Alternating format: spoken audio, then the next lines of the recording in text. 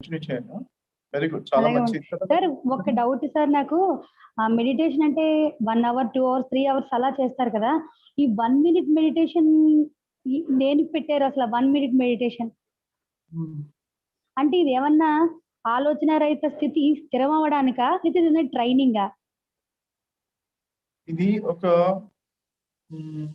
ఎవరికైతే మరి ధ్యానం చేయడానికి టైం లేదనుకోండి, పొద్దున పూట అంతా కూడా 1 మినిట్ మెడిటేషన్, ఆఫీస్కి వెళ్ళే వాళ్ళు ఒకప్పుడు 1 మినిట్ మెడిటేషన్ పెట్టుకోవడానికి ఇచ్చాము.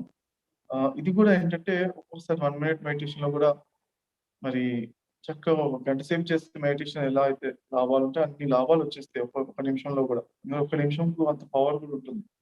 ఒకసారి గంట సేపు మెడిటేషన్ చేసిన తర్వాత ఆలోచిస్తూ రకరకాలుగా చేస్తారు. లాస్ట్ 2 మినిట్స్ అయినా శ్రద్ధగా చేస్తారు. లాస్ట్ 1 మినిట్ ఆ 1 మినిట్ లో 1 అవర్ లో చేసిన శక్తి అంతా 1 మినిట్ లో తెచ్చుకుంటారు. అలానే ఇలాంటి పర్పస్ లోనే ఆ 1 మినిట్ మెడిటేషన్ కనిపెట్టడం జరిగింది. ఓకే, దానివల్ల కూడా చాలా లాభాలు ఉంటాయి. కానీ 1 మినిట్ అనగానే వెంటనే కళ్ళు మూయగానే అదే స్థితిలోకి వెళ్ళిపోతున్నాను. చాలా బాగుంది సార్. 1 మినిట్ లో కూడా వెళ్ళిపోతుంది.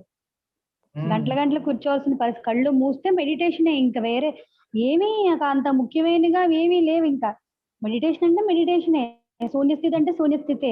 ఇంకా ఆనందము లేదు, ఏమీ లేదు. ఇంకా అంతా మామూలుగా ప్లెజెంట్ గా ఉంటుంది. ఇంకా అయితే శూన్య స్థితి లోపల ఎక్కువసేపు ఉంటుంటే